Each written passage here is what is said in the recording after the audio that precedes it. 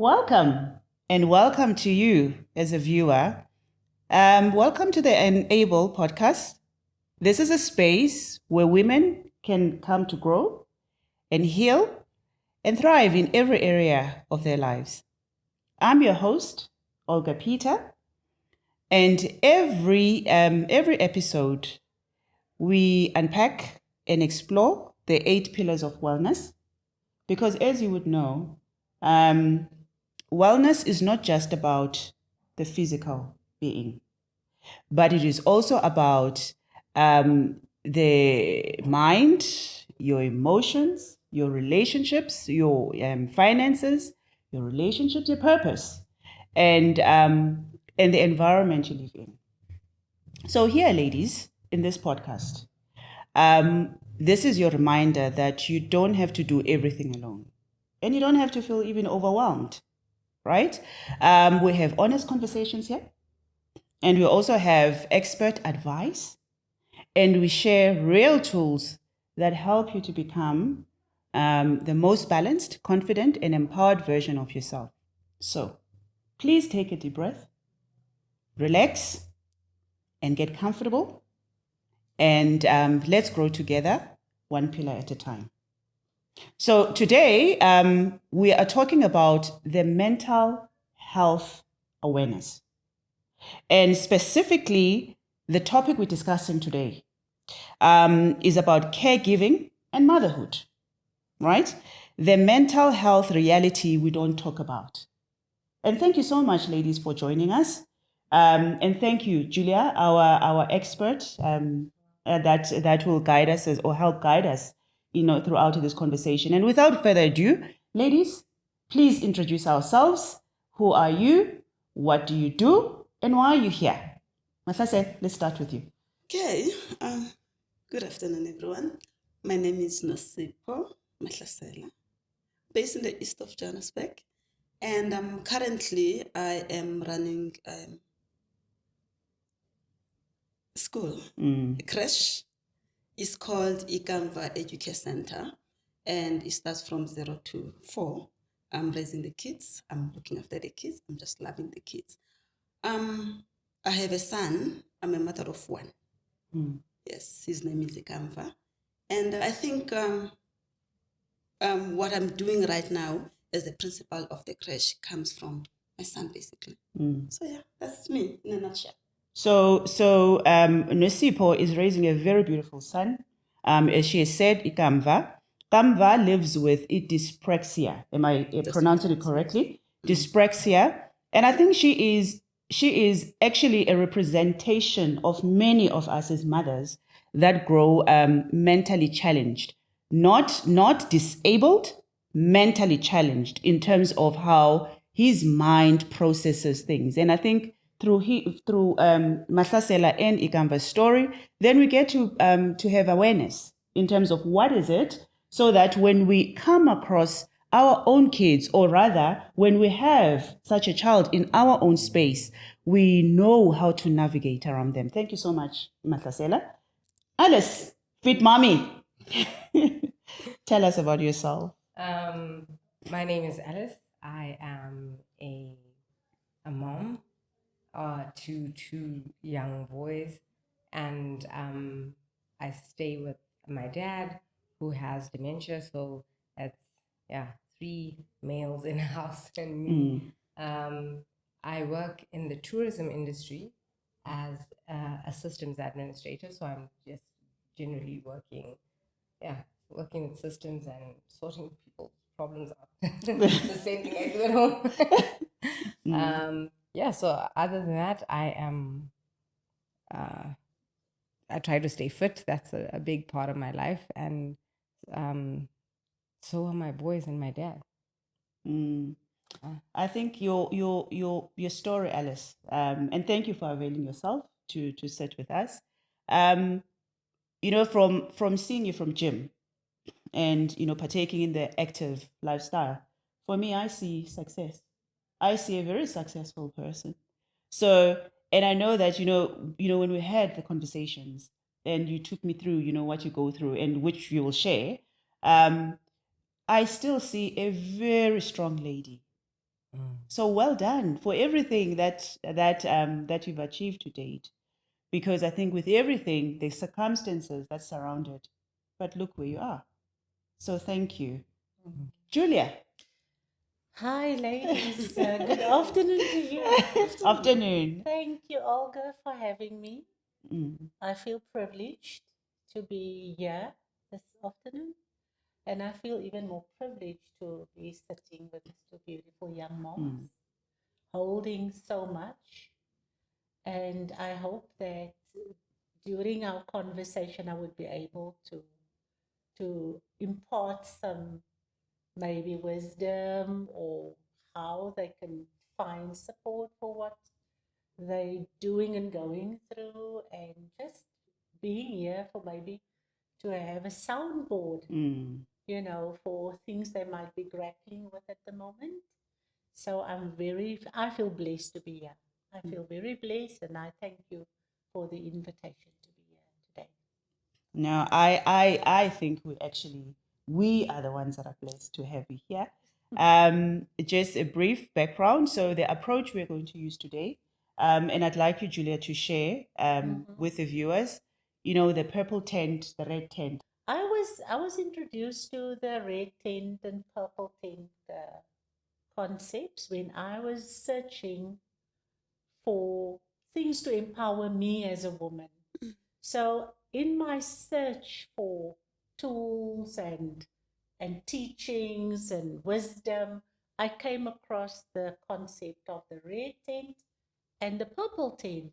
And when I came across these concepts, immediately it grabbed my attention because I was going through something very, very uh, deep and painful. I had cancer at the age of 39. Wow. And I did not know what to do with the cancer.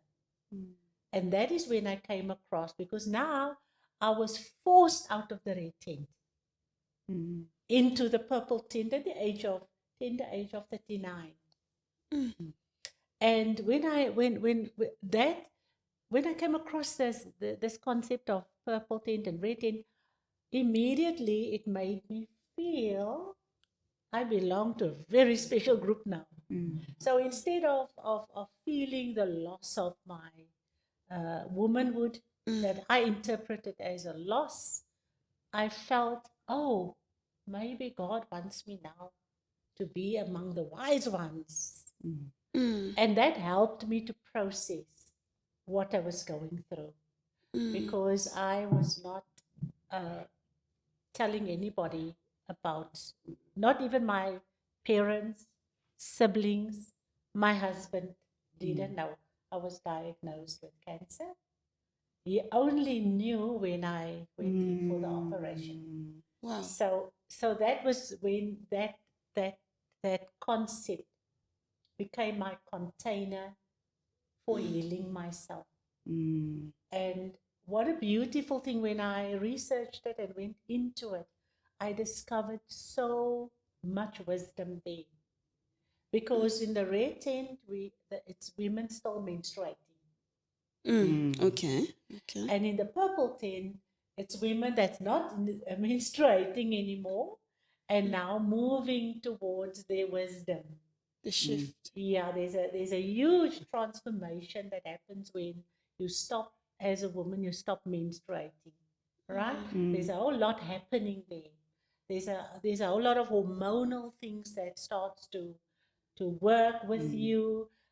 Your mind shift has to happen, all of that.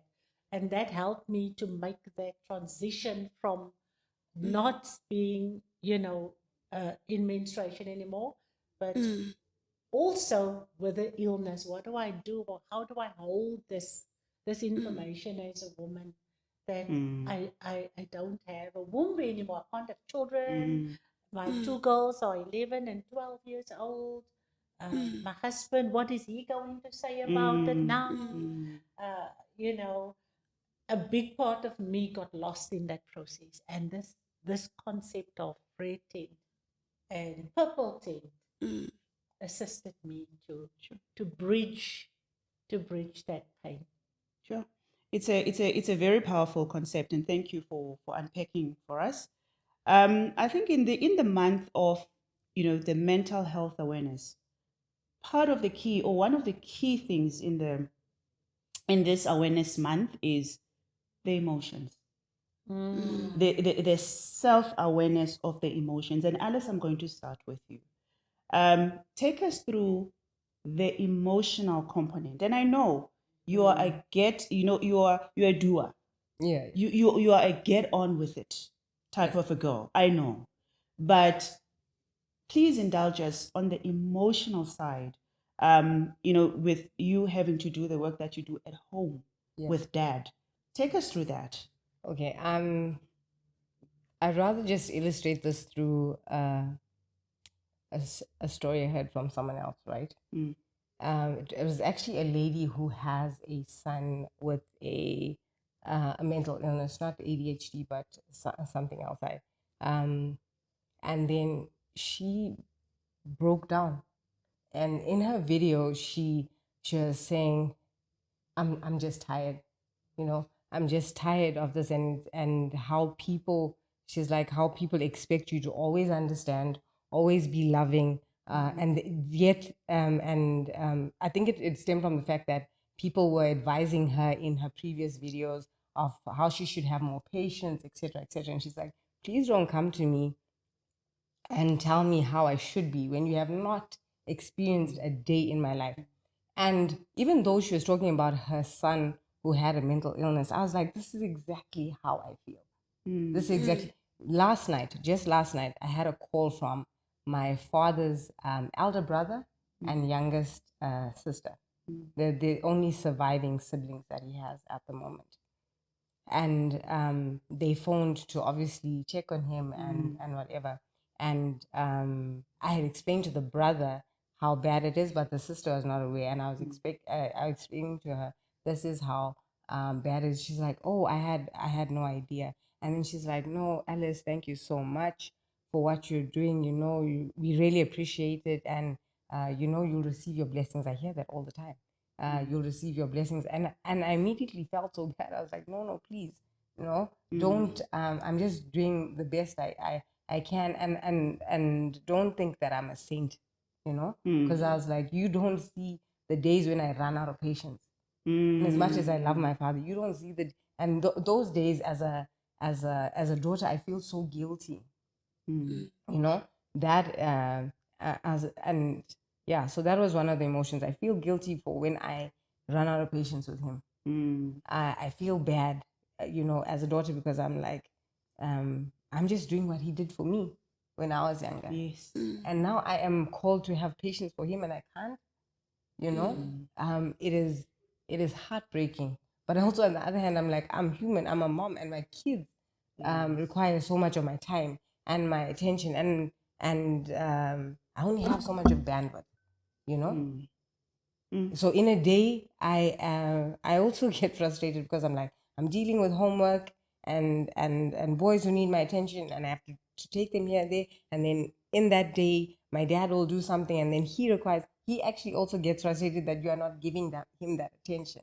And I'm just one person, And I think those are the sort of things that people see and don't understand how much it takes from you. To further elaborate on that, those of my friends and family that are aware of what I'm doing and exactly how difficult it is, they're always like, no, we're scared for you that you one day may have a breakdown and end up in some sort of mental institution because of how much it's taking of you. And that is true, which is why I gym like I do, and I make sure that I make time for myself. I'm a huge advocate, especially for women, because women, this is an age-old thing. We are taught, indoctrinated, socialized to be givers, to sacrifice of yourself. The way that you are considered a good woman is how much you give, how much you can do. And then when you look at it at the end of the day, you have nothing left for yourself. And I purposely take out the time for myself. I mean, people will look at it, oh no, that maybe you like looking good at gym. No, it isn't. It's because I need that time to think. When I am doing my reps at gym, or when I'm on the treadmill, I'm just looking at the numbers. I'm looking at the time. I'm not thinking about what do the boys need for lunch. I have to make sure that dad has his meals prepped out. I have to make sure that he's taking his tablets, that he's drinking enough water, that I have to stop my work and make sure that he goes for a walk, or you understand? In that time, I'm not thinking about anybody else but me. Sure. Yeah. Mahlasela, we're going to come back to that, Alice. Mahlasela, your emotional work, here's the child is born healthy, bubbly child. I love Ikamva. Ikamva, by the way, means the future. The future, yeah, yes. The future. Mm. Born beautiful boy. Now it's time for Ikamva to go to creche or to start school. And that's for me the thing. With kids with dyspraxia, ADHD, you do not pick it up as a mom. Most creches don't pick it up. Only when they get to school, they're being taught to write mama. And the child is not grasping this. You teach him now and forgot. And you ask yourself, what is the challenge here? But you are refusing to accept that there is a problem. Because as long as the child has all the limbs, can talk, it looks okay. You do not go and say that there's something wrong mentally. And even when they tell you that this child is different to the age mates, it doesn't make sense. You want to hit the child, you want to punish the child, you want to do all these unnecessary things because you as a mom do not want to accept. You want to raise this child according to the system, according to how her kids are, how your kids are at this age. And that's what we as moms grapple with. We struggle so much with that. And for me, the learning was that if they had picked up at creche and they had advised, we had specialists at foundation phase, maybe this would have been picked up. For him, it was picked up at grade 1. And that's extremely late. Now, the child is at school and learning, but there is nothing that he's not capturing anything. And I have the board at home, and I will put the board there and I will write, and I'm trying to be the teacher that I'm not. And I'm a working mom. I am single. It's just the two of us at home and the helper. I'm not getting this. I do not know what's going on here. And I was very fortunate that there was a teacher at school that picked this up. So then a decision came that I have to take him out. Mainstream is not for him. Started homeschooling. Okay, wait. Before you get it, because that's another story on its own. But Julia, please, there's two things that I'm picking up. Mahlasela is talking about the acceptance, right? And then you have Alice, who just mentioned something about, as women, we just expected to give and give and give. But out of that story, Alice, I'm picking up, because I'm interested in the transition where you moved from giving and giving and giving, and then get to a point that, wait, but now I'm starting to give from an empty place.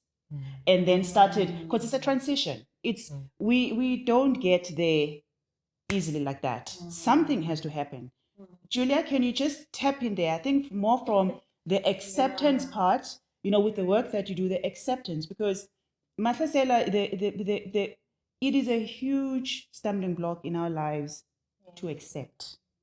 Accepting that I'm here now, accepting that my child has got this challenge. It's different from everyone else's challenge. Am I the only person facing this challenge? My neighbor, what's wrong with me? And I think from your side, Alice, my dad was everything, capable, and. Now, is my third or my fourth child, actually, because I know you've got three, is my fourth child. Acceptance. Please talk to us about that, Julia. Thank you so much, Olga. But before we talk about that, I just want to acknowledge both ladies. I just want to acknowledge you for what you're not actually dealing with, but what has been taking your energy. You are both moms. You have both young children. You are single. There's a lot to hold. There is a lot to hold. So I feel from the type of work I do, which is transformational and awareness and consciousness creation, I feel I need to just ask you to just take a moment and just acknowledge yourselves for the great work that you are doing. Just take a moment and normally what I do when I do this sessions, coaching sessions, I ask the women actually to put their hand on their heart, because we have this tendency to bring everything from the head. We live here basically not because we want to, because we have to think on our feet, like what next, what next, what next. Oh, what do I need to do now? Oh, I need to go there. Oh, I need this resource. Oh, we do this all the time from here, and the rest of the body we tend to not want to feel the pain or the vulnerability of that comes with the experiences we are holding. So please take a moment, ladies, and I want to acknowledge you, and this is the reason why Olga is doing this, is also to acknowledge that we see you. We see you, and I meet you here for the first time today, and I hear you, and not hearing the, oh, yeah, I hear you, yeah, I hear you. No, not that. I hear under the radar that I am young, and I'm a single mom, and I'm navigating this journey, and it's not a journey I asked for. It's a journey that has just come to me, and now I'm doing the very best I can. So please acknowledge yourself. It's very important that you do, that you drop into your heart space and say, sometimes I'm strong and sometimes I'm not, and that's okay. And that is okay. So, ladies, the other thing that I want to also bring to the awareness of all of us here is that people are sacred. It doesn't matter what they go through. People, we have to start there with the holiness of the being. They're created by a very high power, all of us, right? So when you start from there, there's actually nothing wrong with any of us. Exactly. There's nothing wrong with your dad. There's nothing wrong with your child. There's nothing wrong with me, with Olga, with nobody. There's nothing wrong with us, right? We're all sacred beings. Then life happens. Yes. Yeah. And then there is the Jesuit order. It's an order in the Catholic Church that they have been focusing on education for thousands of years. And they have a saying that goes, bring me a child and I'll show you the man. And what they mean with that is that give me a child until the age of 7 and I will show you what that child will be like as a man. Meaning all the experiences that that child has until the age of 7 will bring him all the qualities he will carry as a man. So what does that say to us? It says to us that we have to be very aware of what we expose a child to from birth to the age of 7. Because by the age of 7, it's clicked in, and now it is just identity formation until we're adults. And when you see a man's behavior, it is what he was taught from birth to 7, not by his mom and dad only, but by the whole of society. the education, the religion, the environment, the ecology, everything. Wow. And when we look at things from that perspective, that awareness, all of a sudden, we have a different way of walking in the world with a child, or looking at the child, or what you give to the child, what you offer to the child, what learning you bring, what experiences you bring. And because you have no choice in the matter, it makes it even more risky. Not only for the child, but for you as a parent as well, what you expose your child to. So it is important then what Olga is saying, that you accept that I didn't ask for this. However, it is here. And I'm just gonna, do my best and bring my best and help this being, this beautiful sacred being. In your case, it's both your children and your dad, and I hope you too. It's counted in there. And in your case, it's you and your child and what you're doing as a profession.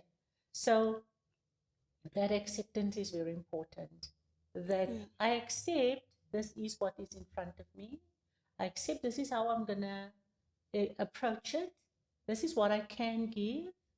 And then there are things that I cannot give, but I will make an effort maybe to try and go find some support for me.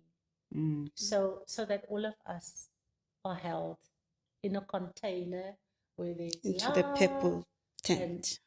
where there is love, and where there is help, and where there are understandings, and even where I can get something for me to sustain me, because I'm the main caregiver here. I'm the main person that this person will come to for assistance. That's actually very eye-opening and powerful. And I love the fact that you're starting from, all of us and how we are created. We lack nothing. There's nothing. There's nothing that your dad lacks. There's nothing. That's just that, yes, environmentally, things are as they stand. Alice, I'd like to, it's actually not even Alice, both of you, but I'm going to start with you, Alice. The space to be honest about how you feel. The space, and yes, we've spoken about, creating a supportive environment. I get that. Yeah. But it also takes time to get to that point. Yes. Yes. And no 2 days are the same. Yeah? I know with my friend here, no 2 days are the same. So please take us through the honesty with which you can, when you feel the frustration, because you did say that you feel different forms of emotion, sometimes frustrated, sometimes angry, sometimes just frustrated that you left dead in a certain space and you come back, things have gone 4 steps backwards. Yeah. And space for honesty. Take us through that in your life. Okay, I think that space for honesty is pivotal to the psychological well-being of anybody. More, and I feel more especially for people that are dealing with this sort of thing, because I always say that if you do not have that, you're gonna find one day that it became too much for that person, and they have either lashed out, or they've harmed themselves, or that they themselves, like I'm saying, ended up in a mental institution. And that's why I feel it is so pivotal. Thankfully for me, I have very good a very good support system in the form of family, in the form of good friends, and that who will often come, phone and check how I'm doing. For example, my best friend, we've been friends for 16 years. His mother, funny enough, also has dementia, but she's not staying with him. And then through me, he's become aware of what his sister is going through, because his sister is the one that is the primary caregiver and is staying with the mother. His sister, lucky enough, is not working, so she's able to give all of her attention there. And he even now says that he phones more often to check on her, Yes. because he's like, through you, I'm wondering how, his sister's name is Zelda. She's like, I'm wondering how Zelda's doing. I'm like, please do. Please make sure you phone her and check on her and how she's doing, because she's dealing with a lot. And she may not be telling you, but I can tell you, because I mean, for him, I think I phone him every day to tell him this is what's going on. But in that, because I'm saying, because you are, so especially women are socializer, particularly, there are days that I actually find myself almost reprimanding myself on some, no, but why are you even complaining about this? You know, like I even tell him, I'm like, no, but I feel guilty for always I feel like I'm complaining all the time, you know, but I need someone to listen to what I'm going through on a daily basis. So, yeah, I'm fortunate to have people like him, and like the girls at gym. They're, so pivotally important.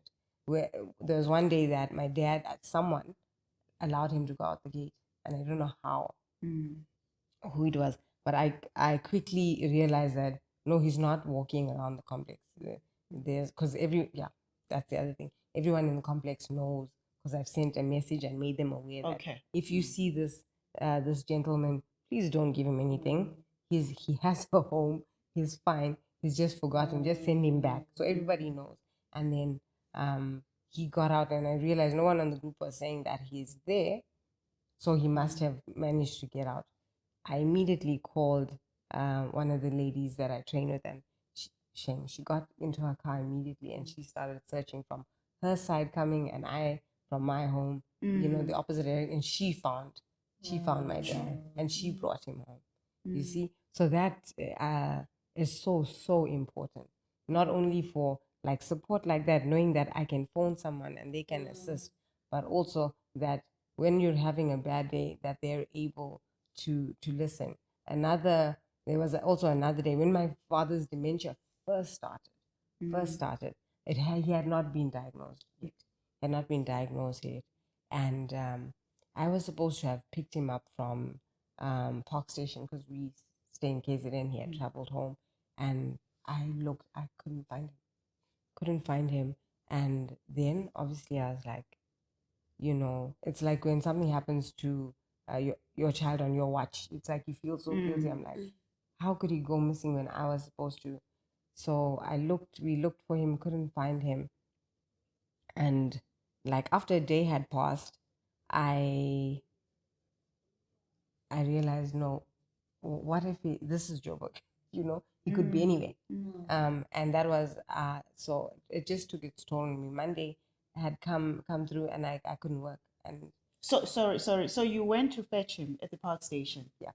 And you looked for him for hours, and you couldn't find couldn't him. find him. I only realized now when you're saying that you actually went home, Yes. and then the next day. Yes. Yo, It was, I think Alice. we found him on the third day. Oh Found him wow. on the third day in the East End, if I'm not mistaken. It was in the East End. And he was not even diagnosed. He was, as far as you know, Yes. he was just your dad. Yes. Prior to at that time, it happened so suddenly. There was no warning, no nothing. All of a sudden, he doesn't remember how to get home, or yeah. So it was just a shock, And what makes it worse is that nobody else. I'd never met someone with dementia before. I had not been exposed. It's only now that I'm realizing how bad it can get. Those are there's, it's not something we're many of us are educated about. No, Until you come across no. somebody in the they made a joke about it the one day, and they're like, us as Black people, every mental illness is Exactly. like, and it's true. When you see an old person at home, you're like, and they have dementia, they have Alzheimer's, or they have schizophrenia. So we've never been exposed to it. Sure. Yeah. So thankfully, I'm saying, when we go back to your question about support systems and Yes. having people to talk to, I eventually phoned my manager and I said, this is what's happening. She's like, no, don't worry, we'll handle your work and whatever. My kids, God bless them. That's when I realized they've at least been raised correctly, because my son was like, no, mommy, don't cry. The other one went and got some water. It's like, drink water. And then another girlfriend from gym is like, no, Alice, don't worry. Without me asking her, mind you, she's like, I'll come get the kids. You just relax and try and sort out, and we'll. The other girls were like, they have already started a search party without asking, you know? And it's so very important. I'm so very blessed for the people that I have surrounding me, you know? Sure. Julia, before I come to Makasela with the same question, what I appreciate out of Alice, with everything that, you're going through, Alice, you're so surprisingly soft. I'm taking it all in as you've been through a lot. Yeah. But I am amazed, and I think it goes into a conversation that Julia and I have had offline, which we're going to go through it, that sometimes situations that get brought to us, it's not a mistake. It actually works on us as people, but we'll talk about it when I'll give an opportunity for that. Matlasela, same question about the honesty of your feelings, space of being, or to be honest about how you feel. I know I'm not going to. This is not my opportunity to say us as friends, but it's about you. Yeah. It's not easy, to be honest. With this kind of condition, ADHD and dyspraxia, what I have to deal with on a daily basis is untidiness, leaving cupboards open. And because he has a tendency of being extremely clumsy, drops anything. And now the self-control for me as a mom comes to where I cannot shout. And when I have to direct him, the cupboard, you left it open. And I think one thing that helps me is my sarcasm. So I then be very sarcastic when I'm telling him these things. And he would come with the story to say that, Mommy, I study better when it's chaos. And I see that that child will go into his bedroom and undo the bed and take the duvet and put it on the floor and study like that. I have to accept that, okay, this is him. And anybody who walks in and walks past his bedroom and sees this, if I'm okay with it, you cannot say anything. And for me, it was difficult to deal with that truth, that this is how he is. And when I walk in, I will find the kitchen a mess after he has made food, but he will come and clean it. And when I address that in a very calm manner, that is not me. And that has taught me to self-diagnose myself, to say, okay, where does this come from? And when I look at myself, I am like that. I am ADHD, and I need to accept my child and deal with this as calmly as possible. And this, for me, living with him like this, he's a very compassionate person, loving, very intelligent. This is the child that got first place on the, Maths Olympia? Yeah. Gauteng province. Yo. That's how good he is. Nothing else he does but maths. Last night, I'm asking him, Ika, what else interests you other than maths? Because when you're bored, the only study you do is maths. And that's the thing with their minds. What interests them is what they focus on. Anything else. And this is the person that started talking at about 6. Even today, there are certain words that he cannot pronounce. I'm okay with that. But although makes me sad about the system is the fact that with the schooling system, it says you have to pass both languages to proceed to the next class. This child cannot speak. This child, I am Xhosa, he is Xhosa, but the language is the worst thing with him. He speaks only English It's not nice to go to people and say that, oh, my child cannot speak Xhosa. It's not nice. You want to say, we speak Xhosa at home. I can't converse with him in that language. And now he has to do English and Afrikaans. Imagine. And if he fails because of the second language. Everything else is top. But the languages, what do we do in the system? So now, for me, I think this is just those frustrations that one has to deal with. You have to deal with the system that is failing you, and there's nothing you can do. And you have to be the mother that says, okay, this is how I have to be calm every day. And I need to be different. If I'm dealing with you and I'm dealing with that other child, I'm dealing with my son, I have to switch. And I can't be crazy, and I can't be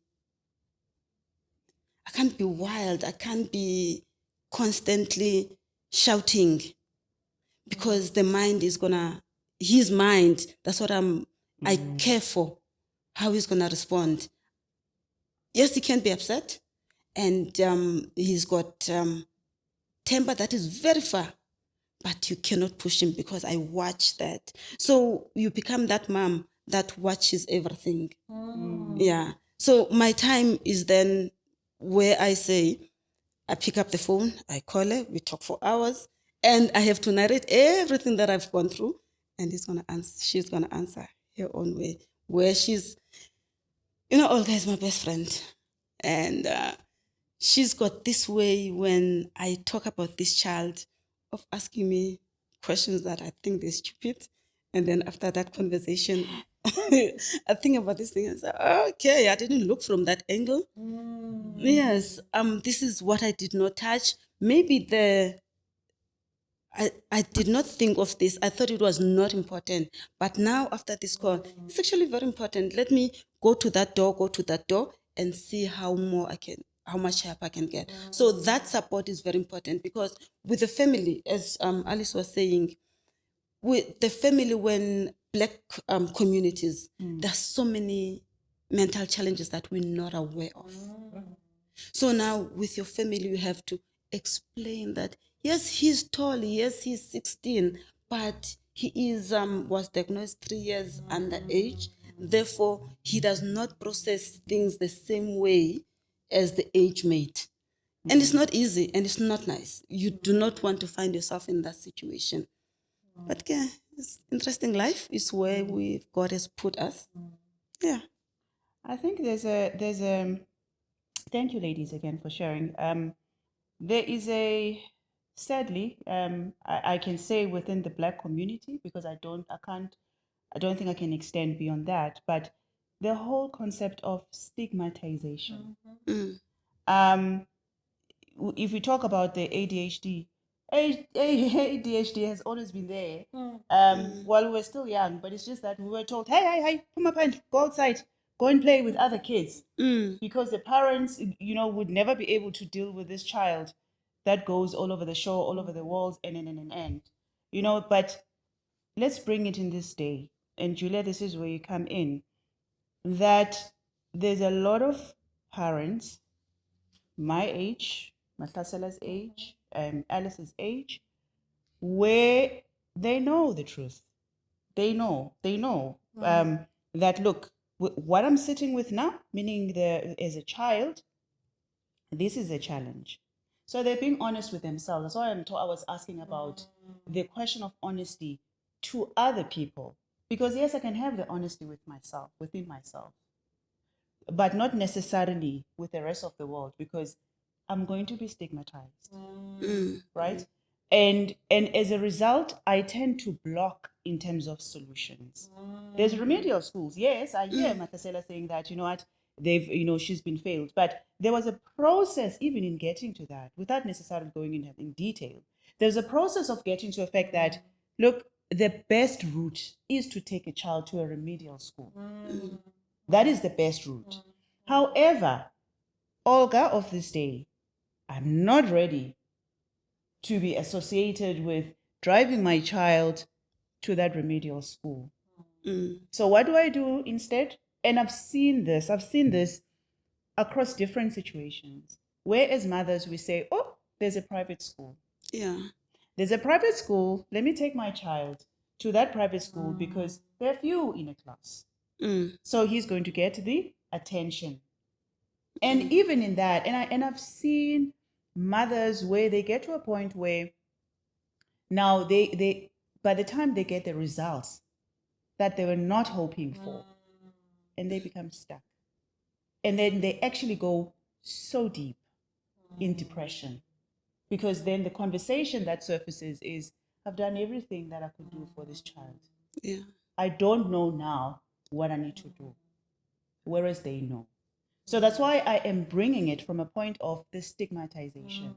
How do we sensitize our own society that we all know in our different spaces? We do know of a friend. We do know of a friend or even a parent that is living with dementia. We know, but how do we shift ourselves? Remember, this is about enabling even the ones that are mentioned, that are called up to do what, to play a supportive role. I'm going to make an example. I've never ever said to Mahlasela, literally when she calls me in a fret, there was a point in time that Ukamva needed to take medication. I'm going to share that story. Needed to take medication. And she shares with me because she shares about everything. And she says, no, Ukamva, this is the medication. This is, no, she's a single parent. No, this is the number of, this medication cost me this much. And. So I asked Martha, what's wrong with Kamva that he needs to take medication? No, they say that he's too much, he's hyper, and. And I remember the day where I said, and I think, and I'll tell you why, actually. I've always been able to answer that. So, and then I say, but I don't think there's anything wrong with Kamva. And this went on for a couple of years, actually. Yes. Until Ukamva sat with my friend here and said, now I'm becoming emotional. This was not part of the plan. So until Ukamva then says, Mommy, can I please stop taking medication? Can I please allow me not to take medication? It was a difficult thing for my friend here, because medically, he's been proven that he needs to take medication. But from him, and I remember it was before exams. Yeah, June exams. It was before the exams. And he begged his mom, please tell us how you managed that. It wasn't easy because I had just spent about 975 on the medication. I still have that box there, the bottle of tablets there that you're supposed to take. And I think in the same year, in Jan, in his clumsiness, you cannot cover the box. I mean, there's no art in him in making things straight.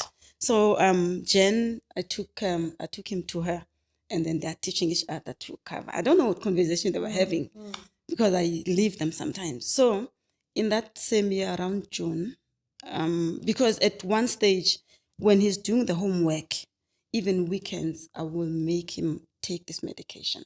It was okay. But this medication had this thing of making him a zombie. For me, I wouldn't see my child the same. He's got dry mouth, and he's zombie man. He's not himself. Everything is, I don't know how to explain it, but so at one stage he says, Mommy, can I not take this medication? Because he started reading then. He would take this pamphlet and read and see all these after effects. Yes, because now he's starting to see and be aware of what is happening with him and what makes him different. At the same time, because he's at Elsin school, He says, there are kids that take more medication than me. Even during lunch, they are on the queue there at school, they take medication. And then I think he was starting to see himself as normal. He does not need medication. So that's the time that he said, Mommy, can I not take medication anymore? And I'll put it there. I mean, it's brand new, but I'll put it there for him. And he never took it. And I'm monitoring this and then worried that how is he going to do with the exams. And so we had a bet. If you make it, you're not going to continue. But if you don't, you will going to have to take the medication. And my son proved me wrong. Wow. Yes. And shame he proved me wrong. So he did so well at school. To date, it's been how many years? It's been a couple of years. Yeah, because last year he wasn't taking and this year he's not taking. I think it was 2024, June, when he stopped. Or 23, but after COVID. And I think that brings me to you, Julia, about, situations that are brought to our table and why perhaps they have more to do with us than the people themselves. Wow. Wow. Wow. Wow. You know, I have even more appreciation for you ladies because the things that you're grappling with is very deep, and it's also very not heavy, but it takes a lot of knowledge. You have to have a lot of knowledge about what your specific experiences have been diagnosed as, right? And when you look at that names of that the medical fraternity has given to these experiences, some of the names we can't even pronounce. Exactly. So there's a lot of ignorance in society around these things because we can't even say the name properly. Exactly. Now, you are somebody in your community. Do you know what I'm speaking about? They might say to you, what is that? What is that? So there's a whole lot of ignorance. But what I also pick up is that the awareness is not happening At all. from wherever side, and there's a lot of stakeholders that can bring some light to these illnesses, diagnosed illnesses, and it's not happening. Maybe it is happening, but it is happening in spaces where you not have access to. Maybe I know there is a lot of research on dementia because I belong to an international women's group where this mum of 75 years old has a son of 40 years old with dementia. Yeah. Sure. And for her, and she has been a medical sister in a hospital. So for her, she knows every tablet he's taking. She knows every sign. You know, when he pulls his face this way, that way, she has gone and done the research. And she will also say, don't give him this to eat. Don't give him that to eat. This is going to make him sick. This is going to be counterproductive to his medication. This is going to make him angry. This is going to make him frustrated. Put a big screen TV in his room. But she's got access to resources, Yes. to research, Yes. to, external support. And he's a twin. So she's got even that access. So the stigma is ignorance, really. However, the impact of that stigma is what is important here. Because when they encounter your experiences, there will be a judgment. Yes. Exactly. And then when there's a judgment, you will feel, oh, what am I doing wrong here? How? Because you don't have time to stand still and check how do you feel. You don't have time for that. You have to be on the move to make sure you mitigate the circumstances around what is in your space. So because I work with awareness, because I primarily work with creation of awareness, I would like to encourage you, ladies, to notice to make time to notice how this is affecting you. You are the primary caregivers in both circumstances. And there are children involved. Until the age of 21. In South Africa's case, the Child Act makes a child until 18. And until 18 years old, that child belongs to the state. So if anybody comes to you out of ignorance to say there's a negative impact on your children, I'm going to report you. They would be in their full right to do that, because the child until the age of 18 is a state child. And this is why when you read the Children's Act, I would really advise both of you to acquaint yourself with the Children's Act. Because in your capacity, and this is all about capacity, right? I don't want to go to something else because I'm not in your shoes. I can just imagine, but I'm not there. So I would advise you to please acquaint yourself with the Children's Act. So if somebody out of ignorance comes to you, say anything that is, creating a disturbance inside of you, you know what the act is saying about the children. They have a right to a dignified home. They have a right to that. In Alice's case, it's a very abnormal situation because Alice is now parent to a parent. Yes. And that makes it so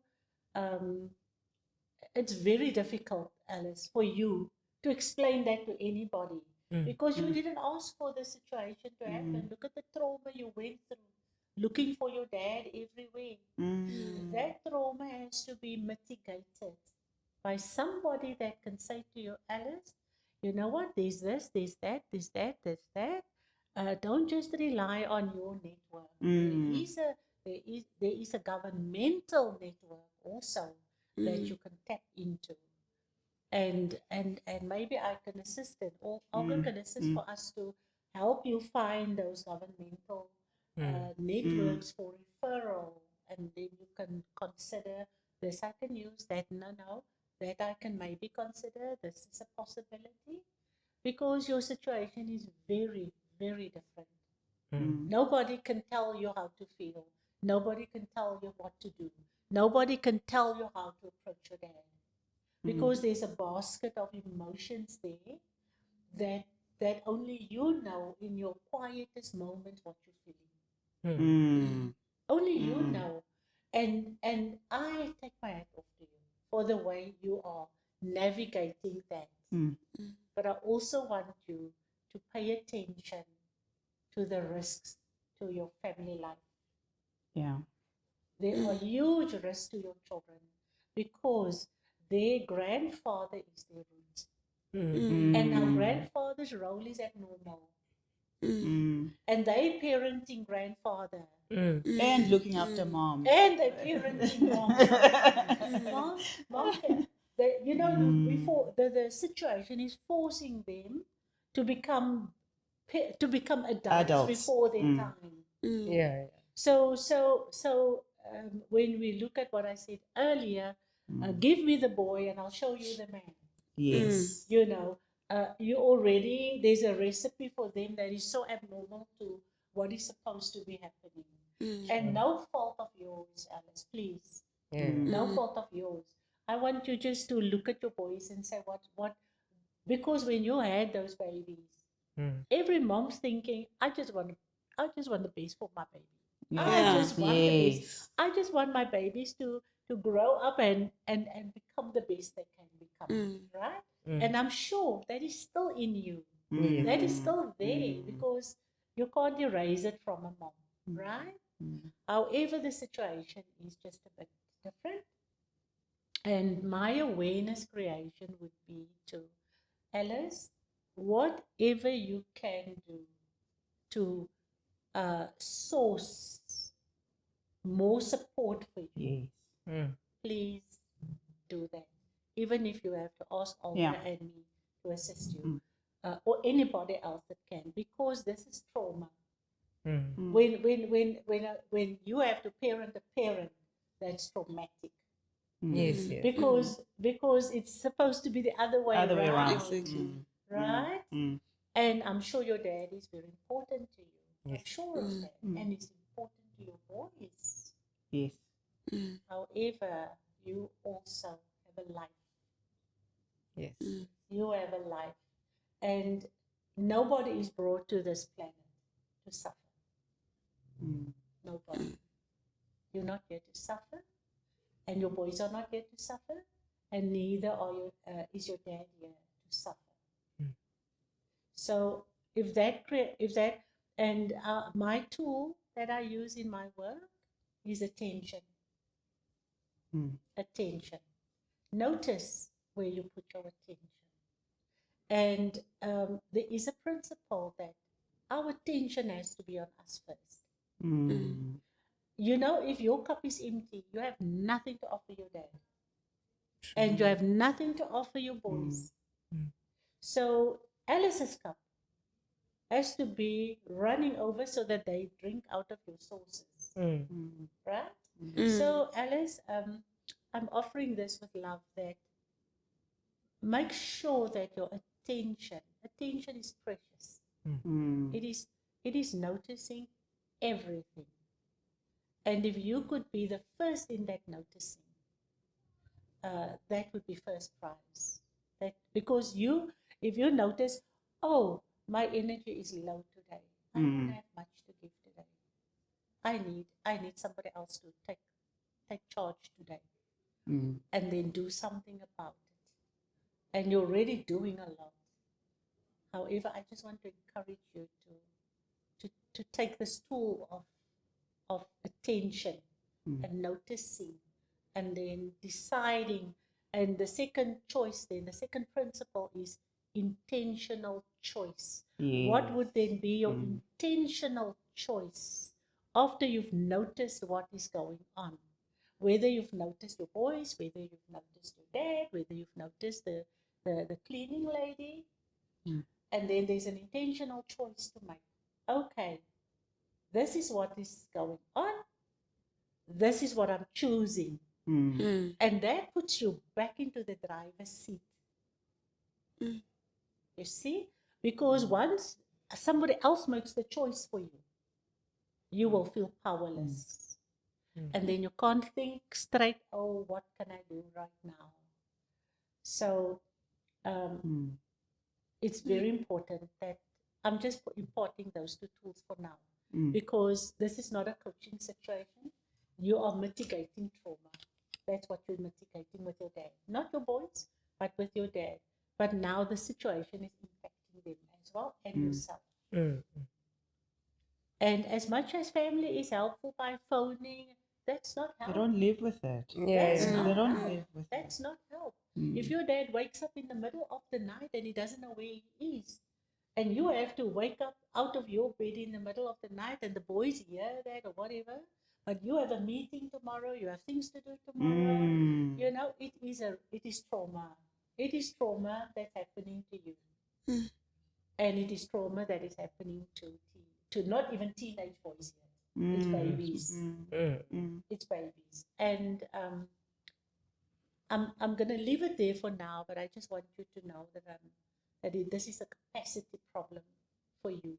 Yes, yes. It is a capacity, and the capacity, it has to be contained. You cannot do this yourself alone. You cannot. And I even feel, you know, as I'm speaking to you, I can feel that you did this.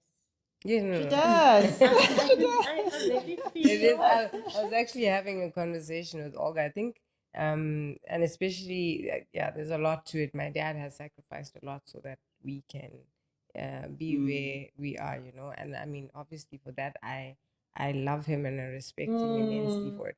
So, but then also, you know, it's important to be able to sit down and take tally of the fact that, in as much as you might care about someone or something, when it's not working, or it's actually to your detriment. And until like very recently, I think I was managing and trying to manage, and then I was like, no, it's now it's beyond me. It is beyond me. Exactly. Thank you. Yes, and so I was. I think I even spoke to Olga where I was like, okay. Even before I came here, I was like, I said to a friend of mine, I'm like, no, there's someone that's going to be on the podcast that I think I could speak to, so that because now it is like you're saying, I'm having those where it's because he wakes up, even if you give him sleeping tablets, mind you, he wakes up and then his body's not tired. So to him, he's awake. But I'm like, it's time to sleep. And then he changes his clothes, he's ready to go. I'm like, and then I don't sleep, but I have a full day of work. Yes. And my boys need me the next morning. And then it's the thing of I can't be mad at him because I even if I explain to him, he doesn't understand what. So and yeah, and unfortunately, the world does not understand. Not everybody is, and even at work, even though they might understand your situation on a given day, you know, when it starts now impacting your work often, you have to make a plan. You have to do something. So then you are forced to, whether you like it or not, still show up as a full present parent, still show up at work for a full day, and still expected to have the patience for him because he needs you. And it is it is draining. It is it requires a lot. And so for me, there, like for example, as much as I don't want him to go and stay with someone else or somewhere else, it is now beyond me. Slowly getting there. It is beyond me. May I just add? Also, his dignity. You know, when we look at our parents, we also want to acknowledge their dignity. I mean, he is not even aware, probably, because this is a brain thing. This is definitely a neurological problem. It's a huge thing. You know, when I look at the research, because of my friend who's got that situation she's handling, and she shares the research with us. I thought it was Alzheimer's, but she has a dementia son. Yeah. And then she shares that data and knowledge and research with us. And you know, she's often worried about his dignity. She's often worried, and he's just a son. This is your dad. We feel a moral obligation towards our parents. Yes. Right? You don't want your parent to suffer because they took their time to raise you Yes. into Yes. this beautiful being, capable being that you are. Yeah. So his dignity is also at stake.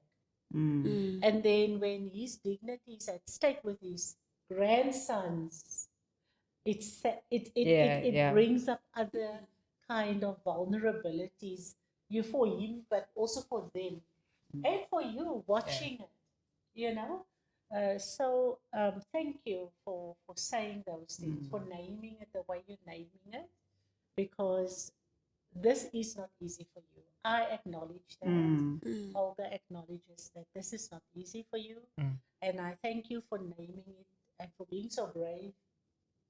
There's no braveness in this thing or courage or whatever. You're doing a moral duty towards your dad. For you, it's important, period. And I really wish to thank you on your dad's behalf. I really want to thank you on your family's behalf. They can say they thank you, but they will not take him in. Yes. Right? Yes. So let's just be frank and honest here.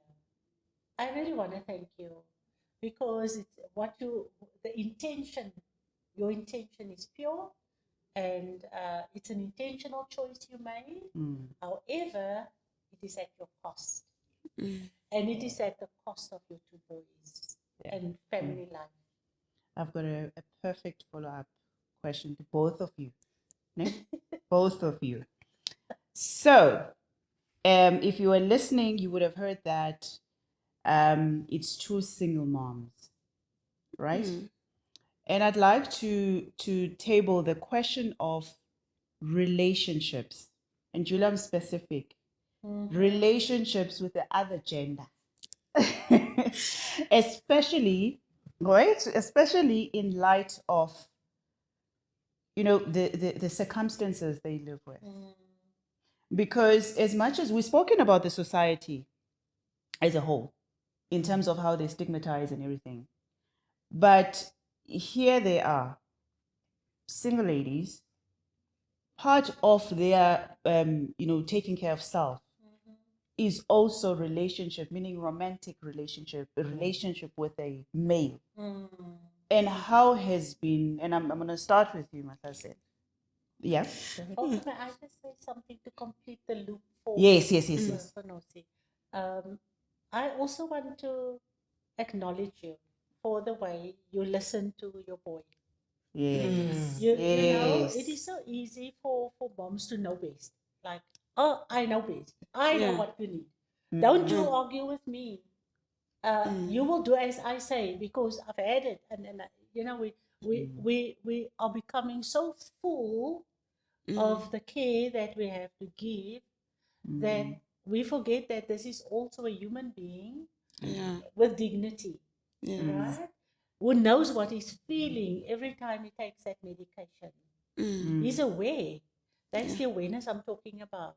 He's aware, and his awareness is on another level, very different from yours as a mom. Yes. However, I want to acknowledge you that you were big enough to have conversations with him and to say, I hear what you are saying, but my son, I'm scared for you. I'm scared for you, and I don't want more things to happen to you, more than we can handle, the two of us can handle together right now. It's just you and me. So I don't want more things to happen to you. And still hear him when he says, but mom, I know how I feel and I don't like it. Can we try? And then you gave him the space, to be dignified still and say, okay, let's make an experiment. I really want to acknowledge you for that, because it would have been so easy for you to say, listen, this is it. Yeah. We do it my way, or there's no way. Exactly. So thank you that you acknowledge that.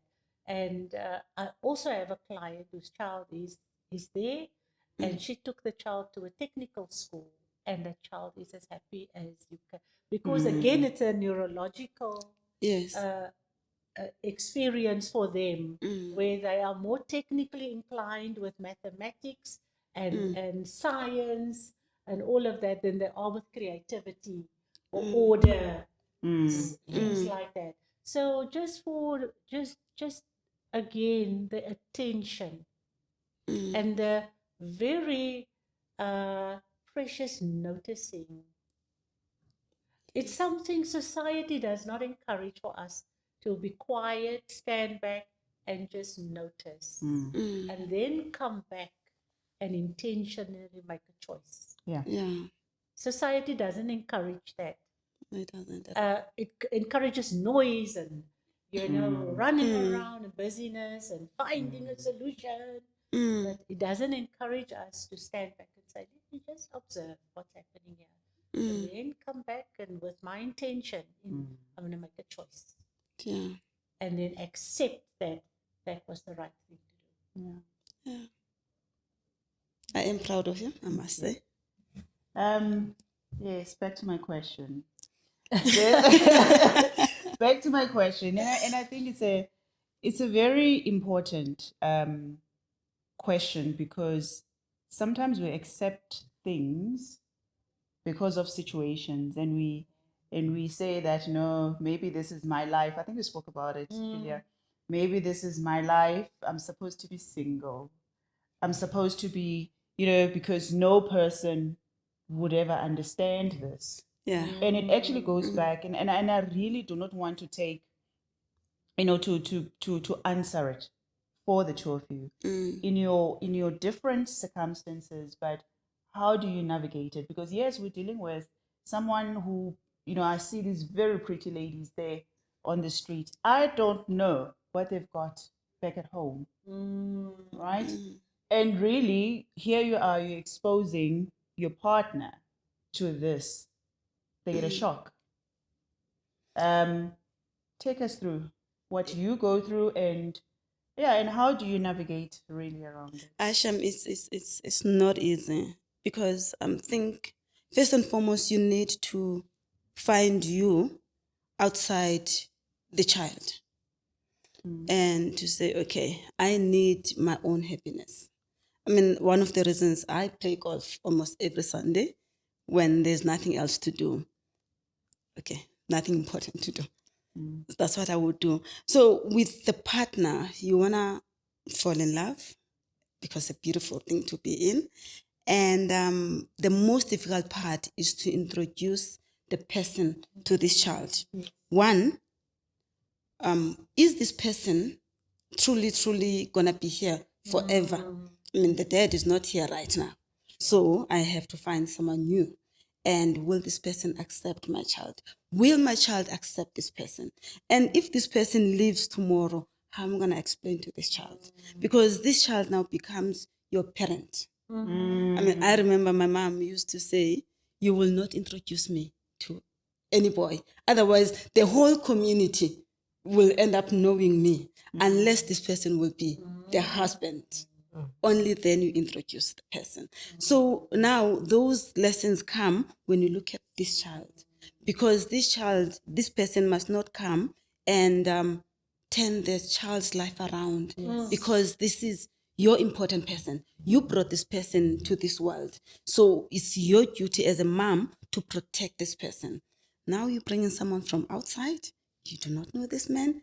You do not have the history where the person is coming from, the background. And obviously at this age, is a father with normal kids, like we would put it in the society. How do you now explain this thing? So it takes a while to introduce the person. You need to study this person from outside. You are studying this person for your child. Will this person be a fit? How patient is this person? You now have to, me personally, I create crazy scenarios to see how far I can push this person. Will this person be able to stand my child?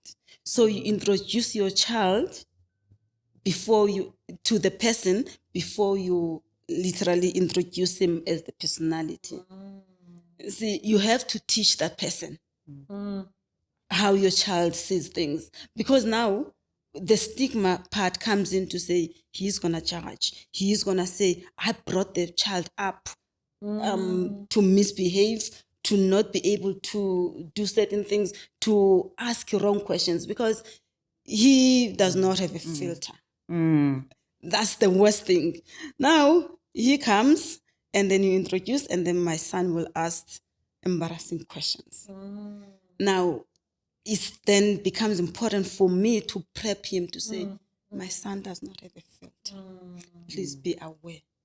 So yeah, we do get into relationships, and I am fortunate right now to have someone who's patient, because he is a father himself, raising his own 2 kids, that understands him now. I don't know how long it took. And yes, there are moments where there is expectation that he should behave in this manner. You should talk to him in this manner. You should direct him in this manner. But now you have to remind constantly that, yes, he does get it, but he's got a certain way of understanding these things, because for him it means that processing everything that is happening around him is different and takes its own time. Yes. So yeah, I don't know if you got that. I've got it. Thank you so much. Thank you so much, Dr. Stella. That is a lot It to is. consider. Yeah. Yes. Yeah. Could I quickly just jump in here? Yeah, just before we take, Yeah, before we take we Alice. Alice. What I hear you say is that you have to think to make that intentional choice. You have to have that awareness of who is coming here, who's going to impact my child, who's going to not disturb the atmosphere. Exactly. That is what I hear. And really, I want to acknowledge you for that. That is that is so, you are so aware, you know, of your child, and I think he appreciates it. It took a while, I have I to think say. he appreciates it. But I mean, he's also a teen. He's in his teens, Yes, he right? is. Yeah. So it was a journey to get there. Yeah. What is important to note that is that moms who raising boys without a dad becomes very masculine. Yeah. So when you bring in a partner and he's a strong alpha male, guess what? There's gonna be Yes. Yes. Tension. there's gonna be some Yo. tensions there. So again, the consideration of the awareness that, oh, I have to be strong for my situation. However, I have to be a woman again for this person coming in. So you see the identity. There's tensions in the what identity then do I take on here? Am I a woman? You know, in my womanhood, or am I the mom? Or am I a masculine, fighting my situation, battling my situation? There's a lot to consider there. So just the awareness that, oh, okay, when I'm here, this will help me. When I'm there, that is when, and then when I'm in that situation, this is, that awareness for me is so vital, that we just have the awareness. Then we can, then we become in flow. Then you can be like water. Then you can go around the rocks in the river like that. Instead of saying, no, this is me and this is who I am. And if you don't want to accept this, then you must go. Yeah. So it's just that awareness. I just wanted to Thank Thank you. you. Thank you, bring that Julia. into the space. Alice, Um, fit mommy. I am her. I think we have to. The most important thing is we have to acknowledge the times that we stay in, that we live in at the moment, right? And one of the most important things that I've noticed is that we stay in a time where people, instant gratification. They Yes. want the path that of least resistance, and more especially now where the internet age, AI age, etc., where women are becoming more masculine, not out of want, but because of what's happening in society. A lot more single moms, etc. So even though no woman wants to be tough and have to handle everything on her own, but she's been forced into this situation. I mean, I don't think any of us thought we'd ever end up as single moms. No. It just happens, right? And you have to deal with it. You have to deal with the cards that you've been given. On the other hand, you have men who are spoiled for choice now, right? They are spoiled for choice. It's easy. It wasn't like back in the day where you had to work in order to get a girl's number or to take her on a Yes. date. Yeah. It's like, now you're just going to swipe left, swipe right, and by the end of the evening, I'm going to. So if a particular person gives me too much trouble or whatever, it's fine. I'll find, and that is what we are dealing with now. Because why would I take Nosipo, who has kids, and that child has dyspraxia, over Sibahle, who is single, she's fit, she has no responsibilities, her money is her own, etc. Yeah, even I don't want to suffer. So that is the problem that I see. And I mean, in truth, you cannot blame them. You can, and so it's a difficult situation of you having to accept that these are the times we're living in. And in all honesty, if a man decides he's going to choose the easier path, you cannot blame him. Sure. You cannot. And so for me, it's acceptance in knowing that this is what you have, this is your life as it is, and faith in the fact that the person that is meant for you will find you.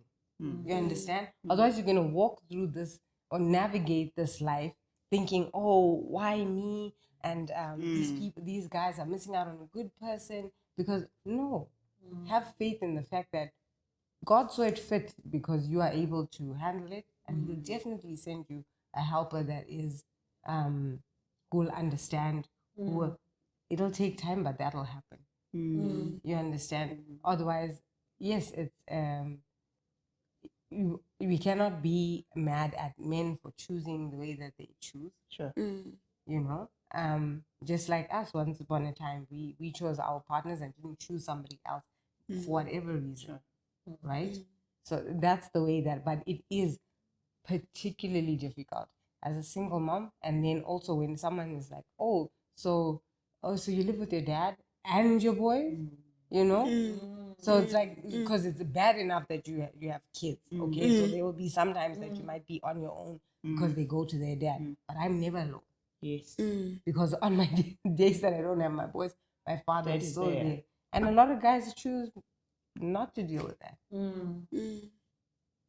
And I have learned to be okay with Okay with that. Julia? Yes, I also just want to say that it's not just single moms who become so masculine. You know, I was aware of a lot of women, working professional women, married, and saying they're happily married, but they're very masculine. You know, and then when you meet the husband and like, oh, he's very feminine. It's like the roles have Why two of you nodded so loudly? because that does happen. You can't have two of the same personality. And then so for me, it's like you're saying, it's the way society has shifted so much that it shifted her out of her womanhood and into a masculine identity.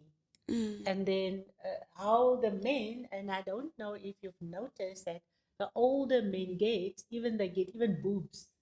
The older men get, it's like they Yes. moving. Yes. That's Yes, true. they moving towards almost like a softer side, and even their bodies change. And this is why the purple tint is so amazing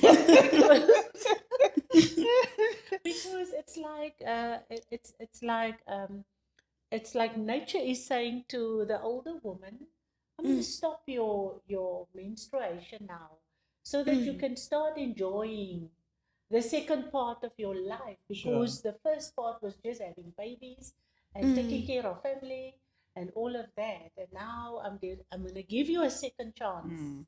And then the man, you don't even have to take care of him because he's almost like a child now, but he's not your child. Yes. You have a second chance of blossoming and blooming. And so there is hope for the woman who has become so little bit of a masculine.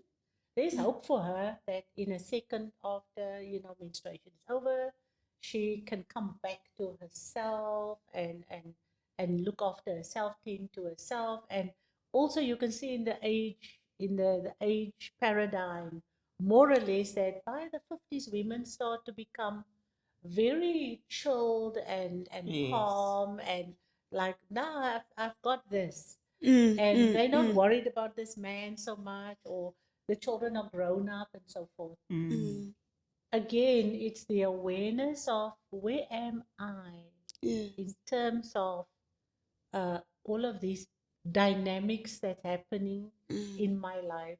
My partner, do I want a partner? Do I feel sexy? Is this situation making me masculine? How do I come across? If a man is over there and he's eyeing me because I'm so gorgeous, when he comes to me, comes into my space, how am I going to receive that? How am I going to hold that? You are so beautiful women. Please don't throw that baby out with the bathwater. And you still have primary needs, right? Mm. And this is why I'm amplifying the fact that the focus must be on you first. Yes. The Yes. focus must be on you first. And I know you're navigating a lot. However, don't forget about you. You still have needs. You still have feelings. You also have wants. Your resources must also be channeled towards you, even though you need it for everything else. You are still beautiful and you're still alive. Yeah. What a beautiful episode, ladies. What a very, very thought-provoking episode. Although we've come to the end of our episode, as usual, we give an opportunity for all our guests to conclude. All right? And I think in particular this one, I'm going to give an opportunity to you ladies to just share. Oh, here's the viewer sitting there at home, and remember, a viewer is but part of the society, right? What would you like to say to that viewer, right? That has either a situation similar to yours, or that is supporting someone who has a situation similar to yours. Just less than here's an opportunity. It's a golden opportunity, by the way. It's once in a lifetime. But here they are. I'm joking, but here they are. Go for it. What would you like? Starting with you, Matase. No, obviously for me, for the viewer or for the mother, anyone, a parent rather, who is facing difference or speciality in life, accept, most especially when it comes to your child. Study your child, listen to the school, listen to the society. I remember you said foundation phase from 0 to 7. That child is the time that whatever they learn, whatever they're going through right now is what is going to take them there. So for me, the foundation of the child is important. And the child from 0 to 18 belongs to the community, society, and the state. Therefore, what they say about your child, you need to listen. And you need to accept that, man, this child is different. Let me do more research and understand what the child is going through.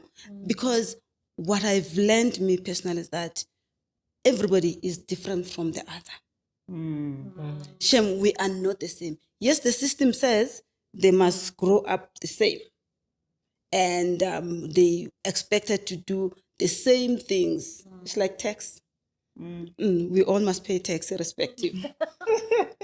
So we cannot treat kids like that. We need to teach them differently. We need to treat them differently. And yes, accept that they will change you as an individual. Yes. And you need to move with that. You just have no choice. So that's one of the things that I have learned, me in particular. Hence, I started the crash. For me, was to know that kids are different. And now I am taking the kids, I'm taking the babies, the nappies, and I'm bringing up these kids with so much love. When I see all the stages that they start crawling in my presence, they start sitting, they start talking, they start walking. And for me, that touches me a lot, and I love it. And with the aftercare, they come, I had a child who's doing grade 2 at the mainstream normal school, and I'm looking at this child. She is pretty, she is bubbly, she can read. And that for me is a problem. So teaching that child in a space of 2 months, teaching that child phonics when she comes from school, and making that difference has done something to me.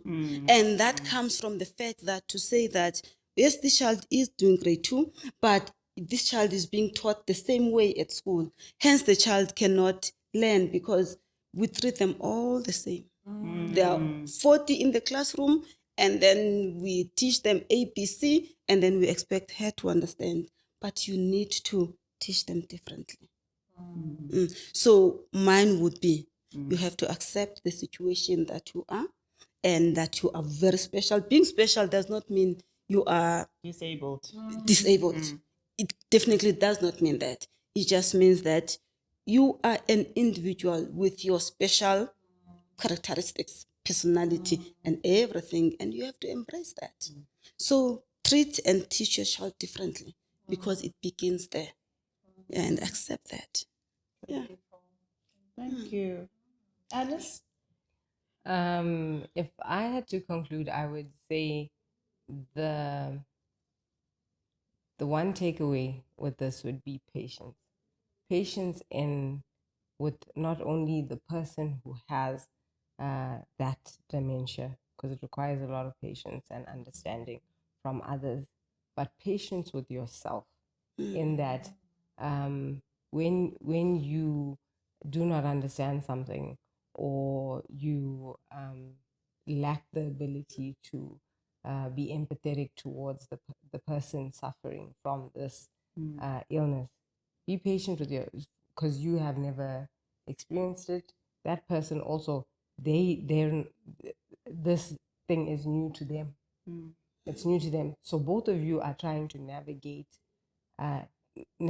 this disease, this illness together, and have patience with each other. Because also as a person trying to deal with that, sometimes you're like, but I should be able to handle this. I should be able to understand, and yet it's not like that. Like with parenthood, nobody gave us a handbook on parenthood, and every child is unique, and we are just learning as we go along. We have helpers along the way, thank God for them, but you still have to essentially do this by yourself and learn along the way. So be patient with that person, be patient with yourself. And yes, and ask for help. Ask for help as much as you can, as much as you need. That would be my takeaway. Thank you so much, Alice. Julia? My takeaway for the audience, if the audience is open to it, is that first to acknowledge all young moms or single moms, young moms, any mom who is navigating this kind of experience, just to acknowledge her, that it is a lot to hold emotionally, physically, resources, time, everything. It's a lot to hold. And then to remember it's a capacity problem, that we need capacity to help us hold this, that we're not alone in it. There is a lot of help around, but sometimes we're not aware of the help that is around, and that we actually become aware of, okay, where can I go for this? Where can I go for that? Where can I go for that? And then maybe if it is allowed her, that she can go and get the help. Also, wrong, different is not wrong. Yeah. Every child is a gift. Every person is sacred. And every person has dignity. And the more dignified we can approach what is handed to us by life, it will also help us. And we're part of that dignity. We need to know that. We need to, the first focus have to be on me, the caregiver. How am I doing? Am I strong enough to handle what is in front of me right now? That is so important. And then I would really, really appreciate that society reframes problems to opportunities. Yes. Because it is sometimes not by choice that you have this experience. However, it is an opportunity for me to grow as well. As you said, you're growing with your boy. You are 16 too. Mhm. You know, you are Yeah. 6 and 7 too. Mm. And you are your father's age. At your own age. So you have to be aware that, oh, what's important for them now is this and that. I didn't think about it. So I just want to acknowledge, I feel that what audiences need is to know that this is real, Yeah. and society is bringing it to younger and younger and younger people. And with AI and social media, it is in the face now. It's not a parents used to hide it like in the olden days. Yes. Yeah, don't tell the neighbors that Yes. there's a Yes. sick person here in the house. Yes. It's no business. It's not that anymore. Yeah. And people are cruel sometimes Sure. in Mm. those public spaces. Mm. So I really want to acknowledge that we have these conversations to create the awareness that you're not alone. Mm. And if you feel alone, reach out somewhere, like you said. Mm. Get some help, get some support so that you don't feel alone. It's not necessary that you carry this all by yourself. Yeah. And then I would also want to say that we need to have gratitude Yeah. that we extend towards mums. Yes. You know, Mm. she feels sometimes very unappreciated, that she's not seen for what she's putting in. She's really doing a lot. Yes. And the men coming in, if they could be more understanding, you know, that she's a mother, and if she's got boys, she's got to be mom and dad. You know, it's easier for a mom to raise a girl child than to raise boys, Yeah. because boys have their own design. Yeah. So it's all these challenges she's navigating, and that society has some understanding, you know, and more conversations and support groups to help women to navigate these things. Yeah. Women, she is the nation bearer. She is the nation bearer. She is so sacred. You know, if society can just realize the miracle potency of a woman, that if you honor the woman, your society will be better off. Wow. Sure. Those are great words of conclusion, Julia. Thank you so much. Thank you, Alice. Thank you, Mahlasela Nusipo. So there you have it, folks. I think for me, in a note of conclusion is that as much as we are dealing with the Mental Health Awareness Month, and most of the times when we talk, mental health awareness, we talk of depression. We always go into depression, that depression.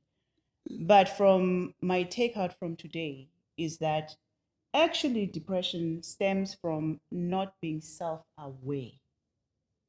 And yes, behind not being self-aware is the actual root cause of everything. What is the situation that I'm facing? What is it that I'm not accepting? Sure. So, and I'm not going to go over everything that has been said, because I think there's a lot of treasure and gold that has been shared. But what is the situation that I'm not accepting in my own life? And because of that, there is no sense of awareness. And automatically, where do I go?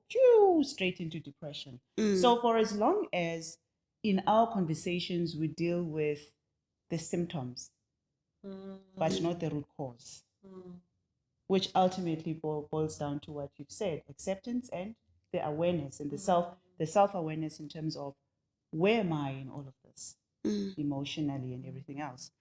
So with those words, oh, by the way, the socials, where do people reach you? Socials? Are you on social media? Yes. Julia, do you want to share? I can always share later on if you want. Yes, I'm on LinkedIn. Or you're on LinkedIn, okay? I'm on Facebook, Okay. and I have an email address. Okay. I'm not on Instagram, and I'm not on all the other things, and that's by intentional choice. Okay. So we will share your handles. It's fine. We'll get hold of them. Alice? I know you're fit, mommy. Yes, at fit.mommy84, I think, on Instagram, and on Facebook it's fit mommy. Yeah. Okay, but we'll get the handles. Makase? I'm not big on social media. How? But yeah, I know. I don't post a lot, and something that I need to work on. Okay. Yeah, but if you wanna reach the school, is the email for now. Okay. Yes. Other than that, we're not there yet, but something that we're working on. We'll definitely share. Yes. So until next time, stay fresh and stay enabled, and know that we love you. Thank you so much, ladies.